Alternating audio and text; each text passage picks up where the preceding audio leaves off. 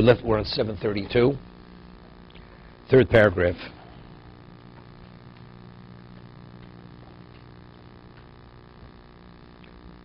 This is the person that stands before Hashem and he asks for his needs. This tzaddik.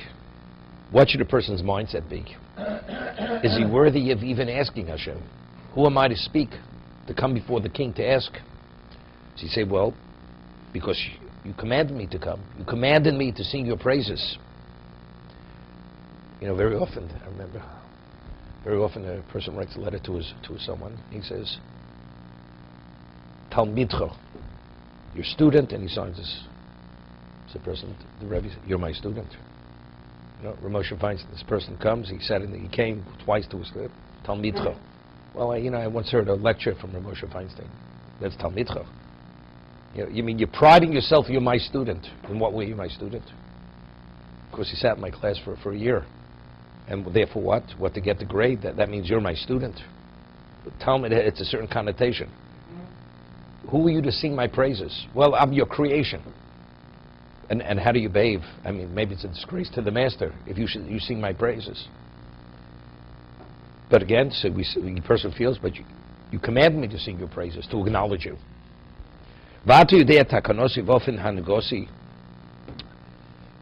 He would say, you know what's in my best interest. And how to guide me, it's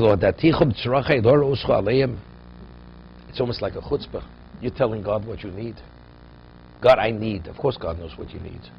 So what do we have to express ourselves to tell him what we need? Right? At one time, somebody years ago came to see Rabbi Pinto.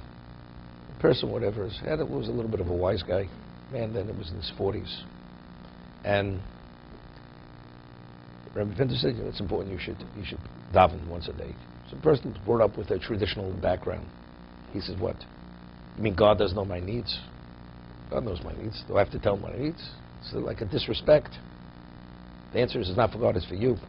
That you should understand that the reason why you receive what you're receiving is because you ask God. It's for you to acknowledge what God provides. So there, in a certain way, a person says, I have to tell God what I need. I'm not informing you about my needs to make you aware of them. But it's only that I should recognize my need, my lack, my deficiency, and how much I have to rely on you.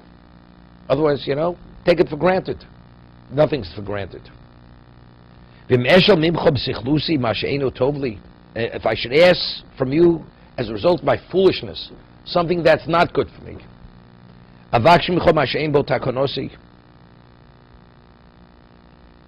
he says, I request of you, you shouldn't give it. It's not my business, don't give it to me. Your choice is better than my choice.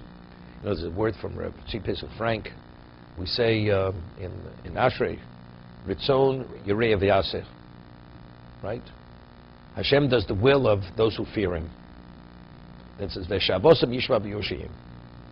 And he listens to their outcry. Alexander is one important. Ritzon Yirei V'Yaseh. V'shavosam Yishma B'Yoshiyim. He says, person's a tzaddik. And he feels he needs something, and he pounds on Hashem's door. Hashem doesn't give it to him. Keeps pounding on his door. And why does Hashem withhold it? Because it's not in his best interest. But he believes it is. He keeps pounding on Hashem. Hashem gives it to him. After he receives it, he realizes that he made a mistake. He wished Hashem wouldn't have given to him. So he'd say, as they say, the way you make your bed, that's where you sleep. Even though the person brought about his own problem, nevertheless, Hashem will withdraw it from him. Because it's Yureyev. But very often does a person know truly what's in his best interest? The person doesn't know what's in his best interest. So therefore, whenever you pray, especially if you pray for something specific, you pray you think should be good, or they should be good. It's general. When you pray for something, it's not so simple. You pray for something specific. A person goes into a business deal.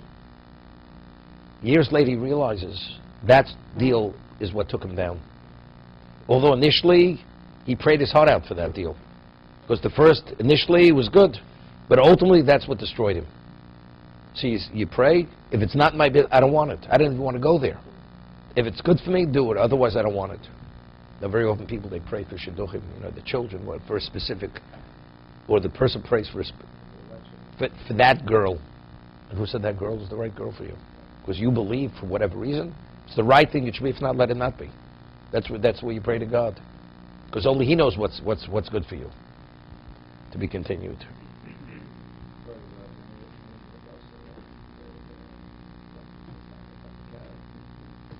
No, his wife wasn't complaining. She didn't complain about the carrot. No, he prayed for the gold leg. He prayed for it. Because he felt, well, that's not the, yeah.